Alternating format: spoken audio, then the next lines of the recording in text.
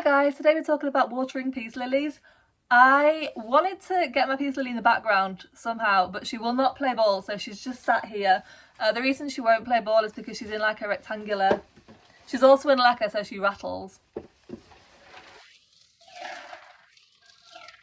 Yes, she does need to be pruned. Peace lilies are one of those plants that people either get or they don't. And I don't think it's care so much as if you have a house that suits them, they will do really well. If you don't, you'll have to work a little bit harder. They're one of the few tropical plants that actually quite like having moist soil consistently.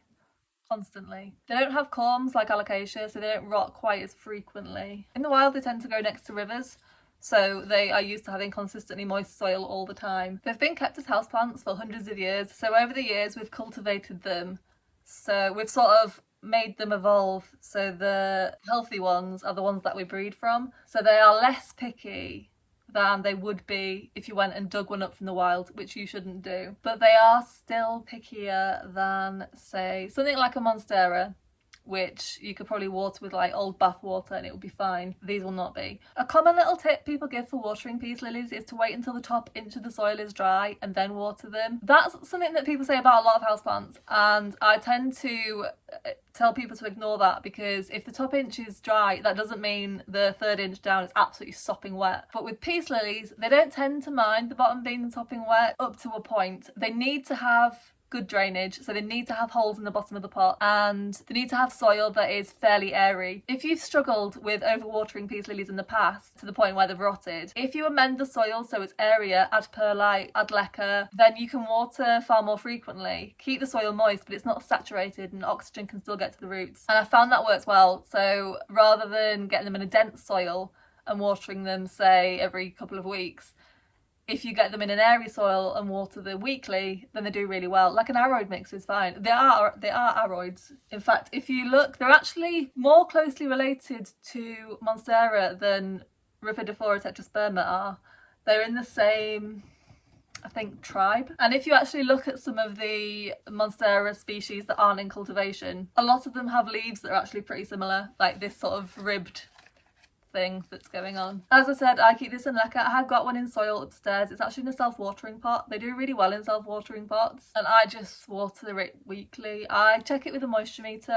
If it's anything lower than 3, I'll water it pretty thoroughly. It sounds complicated because you have to keep them moist, but you don't want them too moist. But because they've been in cultivation for so long, they can deal with a lot. Some people prefer to wait until their peace lily droops before watering. I don't think it'll do any harm. It might do long term, but they recover pretty well. What I will say is that overwatering can also cause droopiness, and peace lilies, depending on the cultivar, can be quite a droopy plant. They can have like leaves like that, so they can look quite droopy. Like this isn't overwatered or underwatered. You can see it's got lovely healthy roots. It just needs dusting, and it is quite droopy. This one's sulking because I've just cut all the flowers off. If you do wait until the leaves droop, do just stick your finger in the soil just to check that it is definitely dry and not wet and it's overwatered and rotted. Over time you will sort of see it start to droop, and then you know that you can just sort of get in at that point. They can recover from drooping. I don't think it's an issue in itself letting them droop and then watering them. I think the issue is it's less healthy for them because they're actually dehydrated, and when a plant is dehydrated, then any issues that it has, if it gets sunburn, if it gets pests, anything like that, it's just more susceptible and it'll be harder to fight those things off. I don't think the actual dehydration by itself is an issue. I think it's just, it weakens the plant. Water quality is, I think it varies from specimen to specimen. It's a little bit like humidity. You could have 2 identical plants. In fact, you could get a peace lily, divide it, because that's how you propagate them. They grow little baby plantlets. And one will be fine with tap water and low humidity, and the other one wants pure distilled spring water and 65% humidity. They do just seem to vary a lot. Also, I water mine with tap water. I have okay tap water. There is something, it's really high. I want to say it's high in, I don't know, it's high in something. But my peace lily does fine, but it does get brown tips. They're not all brown. If I take this one out again, so this leaf, right, it does have a brown tip that you would have to get, let me hold it up against my face, pretty close in to see it. Whereas this one definitely has a brown tip. Now this will be from water quality. I would be very surprised if it's from lack of humidity, because it is pretty humid in here. I think it's about 63% humidity in here. It's also very dusty because it lives, I mean, all my plants are dusty, but it lives right next to my rabbit pen, and rabbits produce a lot of dust. So I'm perfectly happy with like the odd brown tip. If you look at the plant overall, it doesn't look like particularly brown tippy. And if you compare two leaves of the same size, one might have a brown tip and one might not. It's kind of just how plants are. They don't grow perfectly. But I know some people, that's what some people want. You know, they have this peace lily for an aesthetic reason and it's there and you want it to look nice. And if that's the case, then I would try filtered water, distilled water. The only thing with distilled water is you need to fertilise it with a complete fertiliser, like a hydroponic one, because distilled water doesn't have any minerals dissolved in it, or very few anyway. When you do come to water your peace lily, I don't worry too much about the actual volume of water. We're not measuring like cups of water, but make sure that what I do is I feel like I talk a lot about my pressure sprayer, but I love it. I make sure that the whole of the top of the soil is saturated, and then I just keep watering it until you're supposed to keep going until water comes out of the drainage holes at the bottom. I actually just go until I'm bored. But you need to make sure that all of the soil is evenly moist. Overwatering is watering too frequently, not giving too much at one time, so don't worry about that. Another thing is, don't water peace lilies with freezing cold water. They really don't like it. They can definitely tolerate it. I mean, these are they're quite hardy plants. They're actually quite difficult to kill, but it's also quite difficult to get them looking like lush and nice if you're perhaps new to houseplant care. Don't use warm water. You want room temperature or possibly tepid water. You can leave it out overnight to bring it up to the right temperature, or just add a bit of hot water in to bring it up to room temperature, whichever you prefer. You can also add dechlorinator from like fish tank dechlorinator.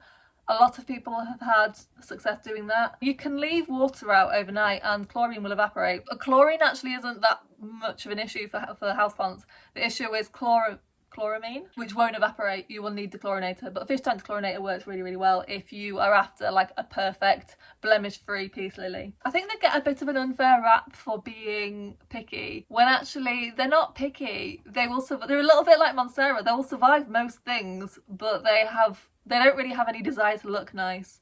You know, so I've got one that grew during the heat wave. All the leaves came in like it looks like it's got a bit missing. But I mean, it's winter. Most of my plants have stopped growing. The only ones that have kept going is this one. So it's got a new leaf here. There's another leaf growing here. And it might put out leaves all through winter. They will get smaller, but it will put leaves out through winter. I think the issue that a lot of people have with peace lilies is I don't think it's an issue with the plant. I think it's an issue with when people get them. We give them as gifts a lot, and they're often somebody's first plant. And not only are they pickier than another first plant people get will be something like a succulent, and they require vastly different care. It can be a lot to get your head around. So they're a plant that once you kind of know the basics, they're fine. But if you don't know the basics, they won't be fine. That is another thing about letting them dry out too much, actually, whilst I remember. If you let them dry out too much, they will be fine. We've already established this. They will be probably fine. They'll probably grow happily. They will be less likely to produce flowers. They tend to grow flowers when they are sort of feeling happy and taken care of. Unless it's like a snake plant, which they will only provide you with flowers if you stress them out somewhere. If peace lilies are stressed, they don't like to do anything, and we often get peace lilies because we like the flowers, but they won't flower if they're stressed. They are pretty easy to get to flower. I mean, mine flowers, and I don't really do anything with it. Like, I'm not A1 with houseplant care. I know what to do, I just don't do it. But it flowers perfectly happily. So yeah, that is how to water peace lilies. I'll probably do more videos on things like care and humidity, but just as a brief, when it comes to light, they like a lot of light. They like high light volume and low light intensity. So a cloudy day in a bright window is perfect for them. Mine gets north facing and east facing light for a lot of hours of the day. So it's a big window, 2 big windows. So the light is never intense because it's north facing and east facing. The sun doesn't like stream in through it, but it's nice. If you can read without extra light next to it for, I say 14 hours a day, that's ideal for it. Obviously in winter that's not going to happen. It's fine for a peace lily. You can acclimate them to brighter light, but they won't, they don't really care. If you don't give them enough light, they won't bloom. They're just not that bothered. They'll probably still grow, but they will collect dust and not bloom. Humidity is another thing they're not really that bothered about. 40% humidity is fine. 65% humidity is fine. You will get slightly nicer conditioned leaves at high humidity, and you're less likely to underwater them, but if you keep on top of care, 40% is absolutely fine. They're really not that bothered. If it's getting too low humidity, you might end up with crispy tit, but that could also be a water quality issue. Well, I hope that was helpful. If you have any questions, please let me know. I have a few articles on my website about peace lilies. I will leave those in the description if you want any more information. Thank you so much for watching, and I will see you next time. Bye!